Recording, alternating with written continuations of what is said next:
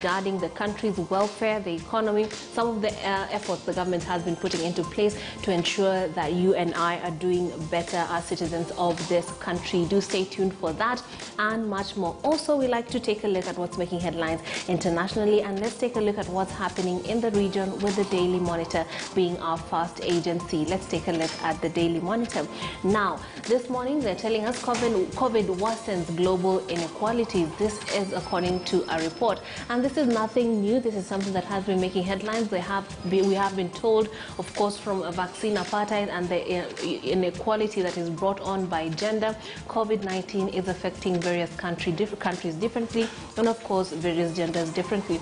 Take a look at the Daily Monitor and find out how we are faring on with that. Also, outdated NIRA machines leave 10 million Ugandans without IDs. The authority needs about 60 billion shillings to procure identity cards and additional 70 billion shillings, that's Ugandan shillings, to set up NIRA offices in selected districts. Also, teachers now to train for 4 years. Under a new dispensation and arrangement, the National Teachers College would admit mainly eligible senior 6 leavers. Find out why they are moving in that direction. Also, court differs with that bail ruling on Monday, and key suspect in General Katumba's shooting denied bail. This is a criminal case that has been ongoing for a while now. Find out why he did not qualify to be given bail. Perhaps he is a flight risk. Also, they're giving us a tally of the coronavirus infections in the region. Take a look and see where we're sitting. Kenya has been leading for a while. Now let's move on to the Citizen and see what's making headlines this morning. We're told Air Tanzania among entities that borrowed money without approval, says PAC. Find out why that is not causing jitters in the Tanzanian aviation industry. Also, let's take a look at more stories that are making headlines on the Citizen. Serengeti named the best national park at World Travel Awards, and for good reason. Tanzania Serengeti National Park yet again on cloud 9 after it was named the best national park in Africa, beating 6 other national parks. I'm sure Kenya's national parks are in there as well. TTCL weighed down with 403 billion debt. Shilling, that's Tanzanian shillings. Also, French minister unveils electric cars in Tanzania. They're going green in the most modern way possible today by going green. Also, trials for clinical injectable ARVs start in Uganda.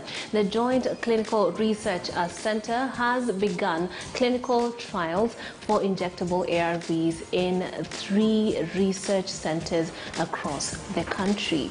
Very interesting article there. Take a look at the Citizen to find out more about this. Let's move on. And we have another edition here that's telling us that this is the Rwanda Today. It's telling us educators raise concern over looming rise in dropout rates. Now, we are being told about that situation that is ongoing as the education sector in that country faces a bit of jitters owing to the coronavirus pandemic. Also, pig kidney works in human patient in potential miracle. Find out what happened there and that miracle, why it is important for us to know. And of course, for those who are having kidney failure issues, this is a glimmer of hope for them. Also, Tanzanian universities grapple with lecturer shortages, and prosecution appeals Hotel Rwanda hero sentence. Find out why this is an appeal that's ongoing. Let's take a look at the last paper, and that is the CNN. Trump ally Bannon found in criminal contempt. Find out what he said. He's been a very vocal far-right Republican right there, and that seems to have gotten him in hot soup. Also, Queen Elizabeth II spent a night at hospital. Human remains found in Florida Park of they have been found to be those of Brian Laundrie's. This is according to the FBI. This man was on the run, and the authorities were in search of him after the remains of his girlfriend were also found a few weeks before. And now we're having also hypersonic weapon test failure, a blow to U.S. in race with China and Russia. Find out what's happening in the international stage by taking a look at the CNN website. Now let's take a look at some stories locally, and we have President Uhuru Kenyatta has 14 days to appoint 6 judges he failed to approve in June this year. This is according to a judgment issued by a 3-judge bench of the High Court sitting in Nairobi. The bench has further ordered that should the president fail to appoint the 6 judges, Chief Justice Martha Koome will do so. George Maringa now reports. It was another date with the courts as a 3-judge bench of the High Court was due to deliver its judgment on petition number 206 of 2020. The petition had been filed by Katiba Institute versus President of the Republic of Kenya. The petitioner had moved to court in June 2020 when the president had refused to appoint the 41 judges, but filed a new application this year when the president left out 6 judges from the list. High Court judges Justice George Dulu, Justice William Musyoka and Justice Wakiaga each read parts of the judgment for 2 hours before the final orders were made. President Kenyatta now has 14 days to appoint the 6 judges.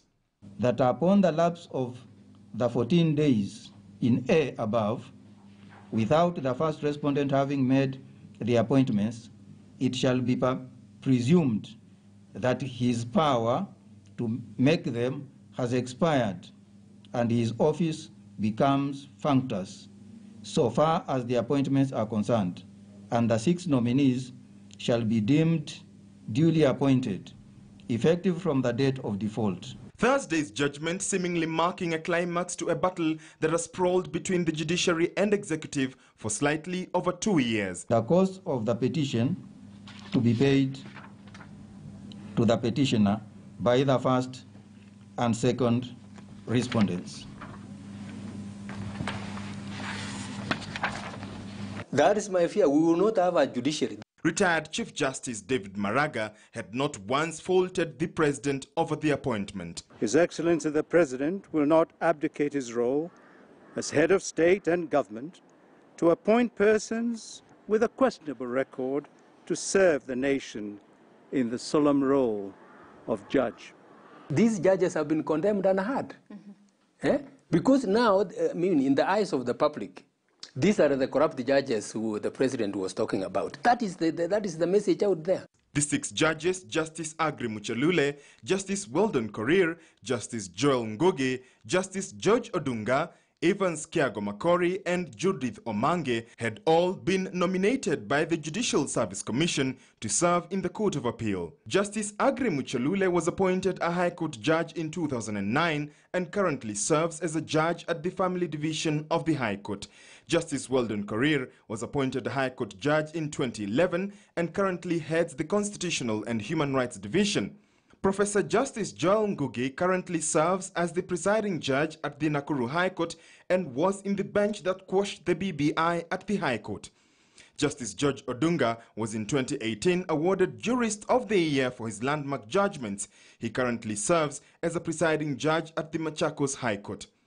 Evans Kiago Makori, on the other hand, began his career in the judiciary in 1997 as a district magistrate before being appointed chief magistrate in 2014. Judith Omange started as a senior resident magistrate in the year 2000 before being appointed registrar of the High Court in 2012. Should the president fail to appoint the 6 judges? That subsequent to their being deemed appointed under B above, that third respondent, in conjunction with the first interested party, shall be at liberty to take all necessary steps to swear the 6 judges. We so order. Only time will tell. Focus now shifts to what President Uhuru Kenyatta will do within the 14-day period. But when all is said and done, will President Kenyatta obey court orders, or will this judgment put the executive and the judiciary on a collision course once again? George Maringa, KTN News at the Milimani Law Courts in Nairobi County. Meanwhile, ODM leader Raila Odinga has yesterday continued his foray into the Mount Kenya region, pitching camp in Kiambu County, where he campaigned for his 2022 State House bid.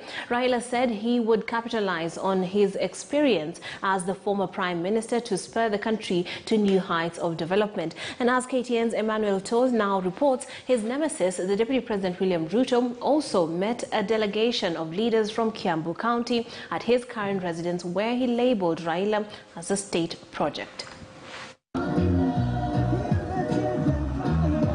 Just a day after the Mashujaa celebrations, where he announced that he had mastered the art of climbing the mountain, ODM leader Raila Odinga's brigade Thursday stormed the vote-rich Kiambu County in a vote-hunting mission. The former premier, who was accompanied by a host of other Mount Kenya region leaders, started by inspecting the activities at Gatheroine Coffee Factory in Githongori constituency. Hapa Kiambu mwenyewe mngepata shilingi bilioni 10 zaidi. Yote iko kando. Lakini mwaka ujao itarudi tena. Before he donated an X-ray machine worth 10 million shillings to Kigumo Hospital in Githongori constituency. Tunataka kuhakikisha kwamba kila Mkenya kama ni mgonjwa ana pesa au hana pesa apate matibabu ambayo inatakikana. Raila, who also attended a birthday party of Gideon Gashoki, a youth from the area, also promised to prioritize the interest of the youth if he forms the next government. SMS aliandika mapema akaniambia mimi atakuwa na birthday. Anataka mimi niwe mgeni wa heshima kwa birthday yake. And it is true, Baba can climb the mountain, and I can tell you, Baba, these vijanas got your back. After the meetings, Raila embarked on a Meet the People tour in towns of Kibichoi, Githongori, and finalized at Ruiru town in Kiambu County. ODM leader Raila Odinga has continued with his charm offensive of the Mount Kenya region, promising to build on President Uhuru Kenyatta's legacy when he exits office next year. Mimi nilijenga hii Thika highway. Mimi vile nikajenga hii Northern bypass. Wakati huu hatuna mpango ya kwenda nje ya serikali. Ama mnataka kuwa nje ya serikali? Tunataka ndani kabisa. Kupitia kwako vijana walikutuma uambie rais atoe curfew. Na sisi tunasema asante kwa rais kwa kutoa curfew, ndio vijana waweze kuendeleza kazi zao. Ukasema mchunge msibebwe ufala. Na mimi nikaweka hapo kwa mtandao, ndipo tunasema jibebe tujenge taifa. Raila Amolo Odinga ndiye atakuwa the 5th president of the Republic of Kenya. This came as the Deputy President William Ruto also met another group from Kiambu County, where he took a swipe at Raila, terming him a state project. Our competitors, the project of the system, who believe in patronage and the trickle-down handout mentality, that is the contest the people of Kenya are faced with. Ruto spoke when he hosted religious leaders, opinion shapers, and small-scale businessmen from Githurai at his current residence in Nairobi. Kwa wale viongozi wote wanaania kiti ya president, mmoja peke yake ndiye anazungumzia mahasla. If you want to copy Hustler Nation message, please find something that is somewhere closer to the truth. The meeting came a day after the two shared a podium at Wangoru Stadium in Kirinyaga County, where they continued to jostle and look for support as the 2022 general polls beckon. Emmanuel To, KTN News, Kiambu County. Right, meanwhile, bar and restaurant owners can now breathe a sigh of relief. This follows Health Cabinet Secretary Mutahi Kagwe's clarification on their hours of operation. He says bars and hotels can now operate according to hours stipulated in their operating licenses. However, the CS is warning Kenyans against dropping their guard since the COVID-19 threat is still real. Our health and science reporter Saada Hassan has more on that.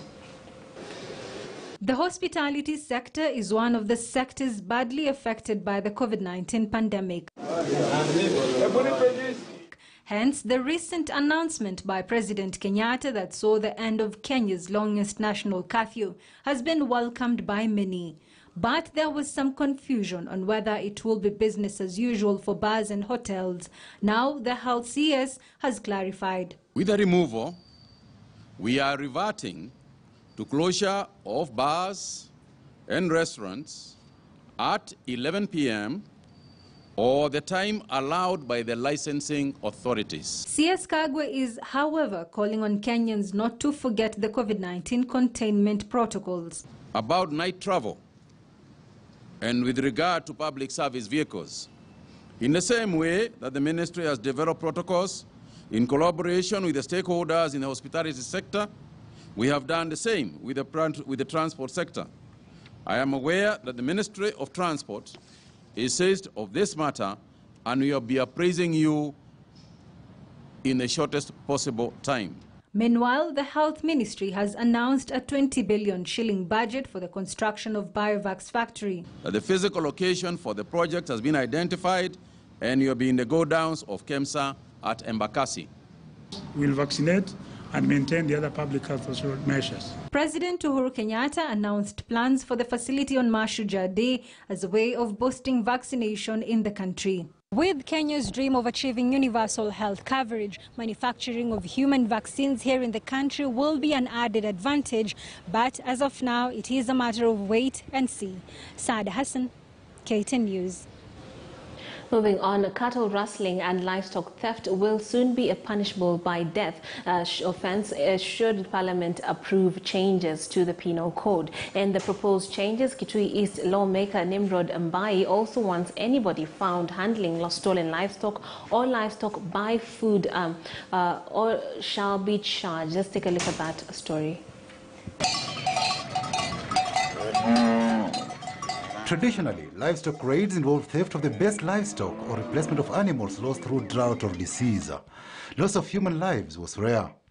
In recent times, livestock theft has transformed into a form of organized crime funded by a criminal enterprise involving wealthy businessmen, politicians, traders, and local people. Consequently, Kitui East lawmaker Nimrod Mbai wants to enhance punishment for livestock theft. In the proposed changes, a person who steals livestock commits an offense and shall be sentenced to death upon conviction. Young men have gone with guns and stolen cattle from a village, and they've left 4 or 5 people dead. Then we say that's cattle rustling. For heaven's sake, no, that is robbery with violence. And whoever has been arrested should face a capital offense and they should be sentenced to death.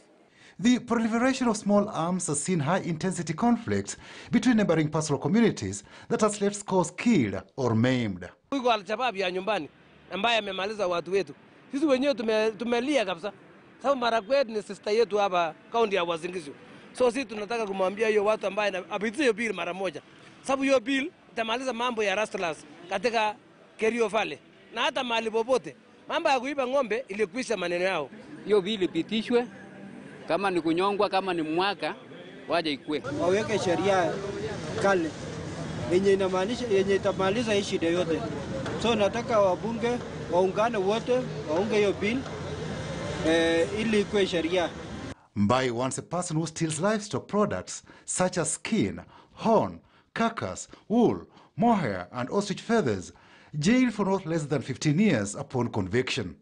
In the changes, a person who receives livestock or livestock produce, knowing or having reason to believe it to be stolen, shall upon conviction be liable to imprisonment for a term of not less than 15 years. When your cattle come to my home or your bull comes to mate in my yard, I have not stolen your cow, and that is never reported. But if I find you with my bull in the slaughterhouse, for heaven's sake, you are stolen with the intention to slaughter. Or I find someone else with the bull and he tells me you are the one who sold the bull to him. You've already stolen and sold. The bill has been committed to the National Assembly's Justice and Legal Affairs Committee for public participation ahead of debate in the House. Patrick Amimo, KTN News. Meanwhile, the country is staring at an acute food shortage after the National Cereals and Produce Board told the Parliament Committee on Agriculture that its grain reserve stores are empty. The board is now seeking funding of 10.4 billion shillings to purchase grains. And as Jeff Kiri reports, the irony is that this is coming just 2 months after Treasury CS Ukur Yatani assured the country that there is enough food in the reserves. As parts of the country, especially 12 arid and semi-arid counties, grapple with biting hunger as a result of the ongoing drought, the National Cereals Board says its stores are empty amidst efforts by government to supply relief food. Coming to the specific question, Chairman, on the stocking of the National Food Reserve commodities during the 2021-2022 harvest season, I wish to respond as follows. The National Food Reserve stocks is totally depleted at the moment, and there is need for immediate build-up of requisite stocks to address the precarious national food and nutrition security status. The announcement by the NCPB comes as a surprise, though. When President Uhuru Kenyatta declared the ongoing drought a national disaster, National Treasury CS Ukur Yatani was quick to assure that there was food in the country's strategic reserve. And we are not aware of any shortage in the country as far as food is concerned. But just to assure you that the strategic reserves, we've consulted, and we believe they have adequate food in their various stores. NCPB is now seeking for 10.4 billion shillings to replenish the stores, even as it emerges that the 700,000 bags of maize purchased for commercial purposes still lie in their stores. The board had purchased a bag of maize from the farmers at 2,700 shillings, but the market is currently flooded with cheap maize from neighboring countries. Unfortunately, the maize is still in our facilities. Why is it so, members? It's because there was maize coming from other countries, neighboring countries, and the price was not favorable for commercial trading for NCPB, because you are supposed to make a profit out of it. What are we doing with the maize rotting in the field?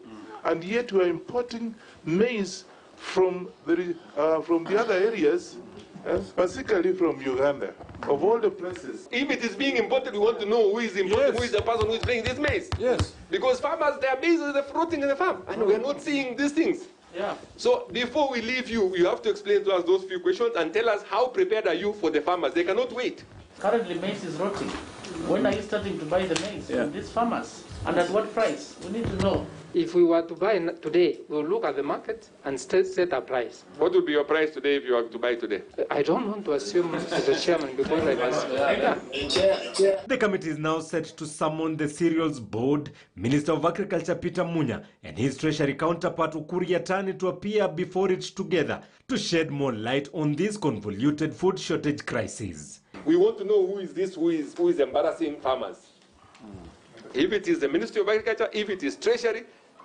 Jeff Kirui, KTN News.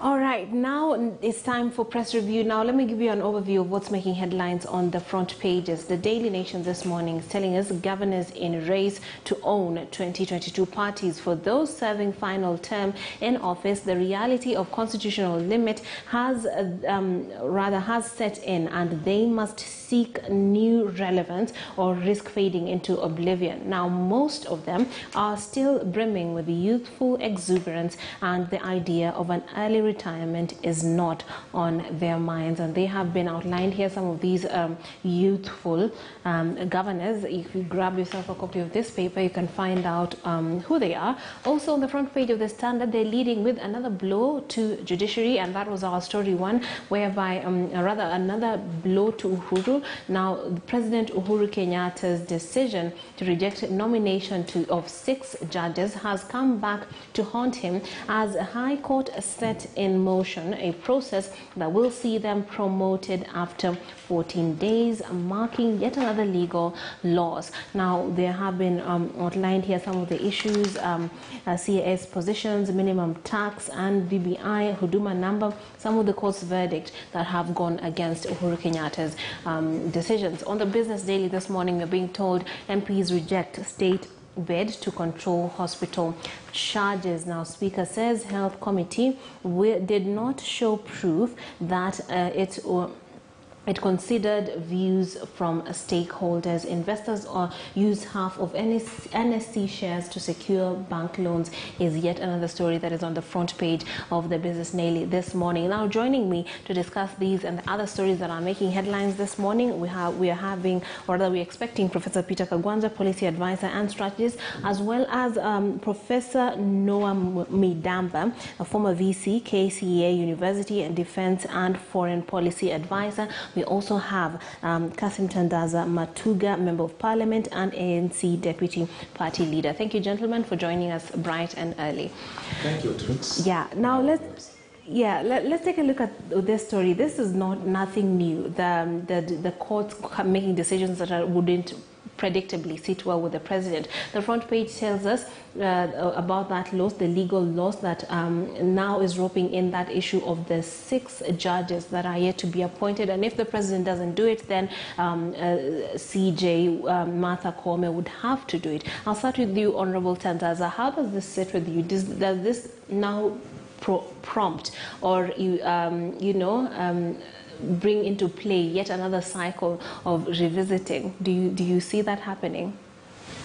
Well, Trix, I really am not a believer in the issue of revisiting the courts, because it is true, His Excellency the President uttered those words immediately after the nullification of the presidential election, but he went ahead and obeyed and campaigned for repeat election. Yes. So some things can be said, but when you look at walking the talk, it might not be as people would want to put it. 2, the issue of directives from the court. I'm one person, I'm one leader, I'm one legislator who truly believes that we need to obey court orders.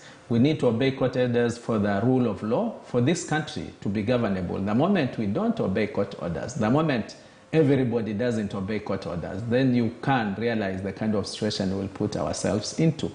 But again, I would want to trace back the Maraga directive when, of course, he followed the law to the extent that he advised the president to dissolve parliament. Now, the question would be, assuming the president the following day just dissolved the parliament as the Maraga's advisory, where would we be as a country? Right. You realize we would be in deep trouble. Because after dissolving parliament, says, okay, elections have to be held. But remember, parliament has very important roles which they have to do before, in terms of budgeting, in terms of making sure that there are regulations for the elections, for that repeat election to be done. Right. So no wonder then the president has not dissolved parliament. It is also not to note that it didn't have a timeline. Even the law, even the constitution does not have a timeline. The moment that the Chief Justice advises president to dissolve parliament, it has no timeline. So we are there. Now, for this particular case, to me it is unfortunate on the side of the president, because he put these judges on a very tight corner. Indeed. He also put the people who appear before these judges really to feel that certainly justice cannot be done. Because here you are before a judge who in courts is assumed to be corrupt, he is unethical, and he is supposed to arbitrate in your matter. Yeah. And yet nothing has been made public since then. I was hoping that, having said that these judges have ethical issues, then the DCI or EACC or any other government agency should have moved with speed and said, look, this is why these people cannot be sworn in. But 2 years down the line, nothing happening. To me, that is quite worrying, and to me that is very unfortunate on the side of the president. Yeah. I'm not a lawyer, but I was also looking at the judgment and the directive given to the president. Maybe lawyers will be in a better position to comment. But again, to the extent that they give the president 14 days, and to the extent that they say that after 14 days, then the judges, those said judges, will be deemed to have been sworn in or be sworn in by the Chief Justice.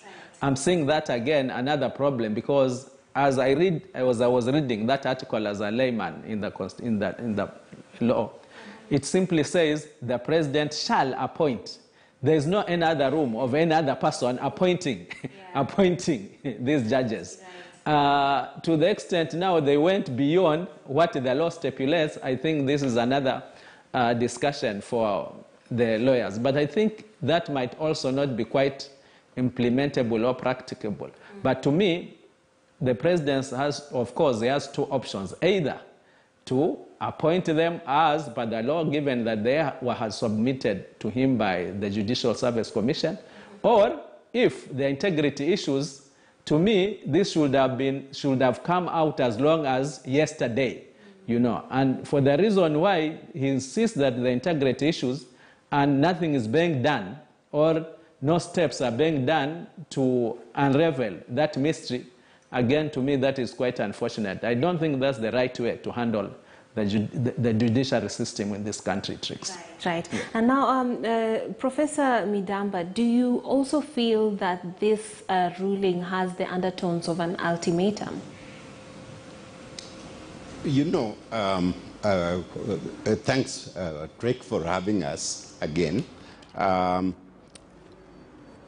am really mixed about what's going on, and I'm sure that Kenyans are wondering what is happening to us. Because we have a democratic system which, if we follow the Jeffersonian model, supposed to have three forms of government. You have the legislative, you have the executive, and also you have the judiciary. Each of them, when they do their job right, legislative supposed to make law, the executive supposed to execute, and the judiciary are supposed to interpret the law. But when one of them goes overboard to the other side, then you have this kind of situation that we have. Honestly, to tell you the truth, if you look at the former government in Nairobi and the current body administration, it is a night and day. So the question is, what does the citizen need? They need to make sure that our taxpayers are effectively utilized for the benefit of our people. The president is supposed to have incredible responsibility. The president can start a war. The president can also do other things that other branches of government cannot do. And therefore, we need to give latitude and respect to the presidency in order for the individual to effectively implement and execute our policy. But when the judiciary goes overboard, you know, another example is the case of Kenya Meat Commission. For years, the farmers were not paid. Now, the president decided to use the military basically to get things done, which I think is within his prerogative. And so what we have here, and my friend Peter Kagwanja will say, what we have here is almost judicial activism, where they're spread, and I have a lot of friends at very high level who are lawyers. Judicial activism, which is monitoring the president instead of the legislative doing that. And so the president ought to be able to make certain things that no anybody else able to do. But nobody is above the law of Kenya. Absolutely, nobody is above the law. Now, Professor Kagwanja, I'd like you to come in and tell us, what do you find wrong with what Professor Midamba is terming as judicial activism? How does that go against the developments we want to see, and probably the harmony that would be ideal for an executive and a judiciary that it has to work side by side? Thank you very much. Then I'm happy to be here. First and foremost, let's admit that this country, Kenya, is going through a major experiment in a new form of government. We are used to an old government where the executive was dictatorial, and that was what was new about the new constitution, that the dictatorship of the executive is what we challenged for decades. Now, the 2010 constitution brought up a new model of government, which my friend Professor Midamba is calling Jacksonian, but it is governed by a simple principle, what they call the Montesquieu doctrine. It talks about separation of powers, and it assumes that the three arms of government are autonomous and independent. Obviously, that is according to us who are in this developing part of the world, who assume that you'll have three governments in one and function. The truth of the matter is that they are all fused together. We have the executives at the top, elected directly by the electorate, with 50% from +1, meaning total majority. Second, we have the legislature, which is also elected by the people and made of representatives.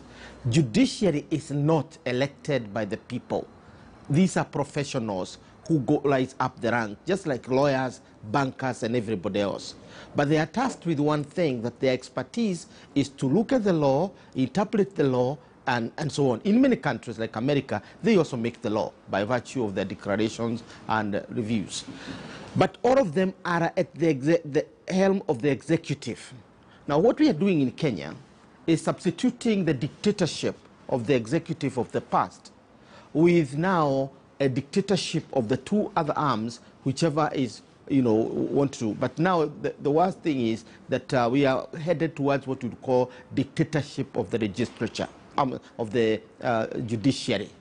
And dictatorship of the judiciary, those who study Pakistan will tell you that it brings chaos and anarchy in the country, where a government can never finish its term. You're forced basically to get the military in to intervene so that you can have a quiet 3 months and elect a new government. The good thing with Pakistan is that they are a parliamentary system, they are not presidential. If you tamper with anything within the presidential system, then you bring total chaos into the country. The example has been given of the ruling by judiciary, the Chief Justice, the former Chief Justice Maraga, that the president should dissolve parliament. You cannot dissolve parliament within the five term. What some governments like America have done is to stagger judiciary, that half of it is elected in the mid-term, the other one is elected at the end of the term, so that at no time will judiciary halt making laws, because it is effectively in power as long as you do that. So what we are now witnessing at this stage in Kenya's development is judicial activism at its worst. And this judicial activism is a kind of an overreach by the judiciary, which assumes that it can govern and direct or judge as lawful or not lawful any decision by the executive. That will not work. The lawyers will have to go back and start doing what they are supposed to do. You study the president, you study new philosophies, you understand, and begin to advise Kenyans. Judicial role is not governing, it is advisory. And the rulings are not executive orders, because the executive orders are with the executive. So I think what we need to start doing now, and I'm not ashamed of saying this, we need to start teaching our lawyers the principle of separation of powers. It does not mean that the judiciary is autonomous.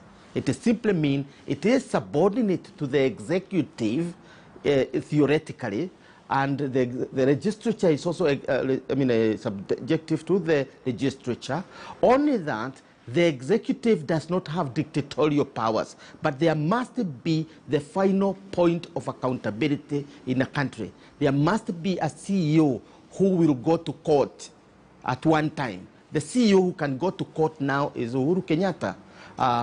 After him, there will be another. After him, there will be another. That's how our system is modeled.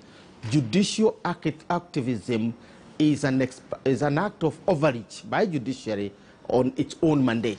Yes, you can rule on anything. You can rule on what kind of shoes we can wear as Kenyans, whether it is right to wear a black shoe or red. You can make a ruling on anything, but you must be sensible that overreach is not a virtue. Overreach is not a virtue, and the examples of what might be overreach have been put down there. Underneath that headline, we're having the CAS position, Chief Administrative Secretary position, were declared illegal. We had minimum tax declared illegal as it subjects businesses to double taxation. We also had Court of Appeal declaring the process illegal, that is the BBI process, and state to appeal at the Supreme Court. We await that. And also Huduma number rollout declared illegal, process flouted data protection regulations, and there's so many other incidences. You can take a look at the Standard this morning and find out more about this push and pull between the executive and the judiciary. We're going to take a short break. On the other side, we shall take a look at the many other stories that are making headlines this morning.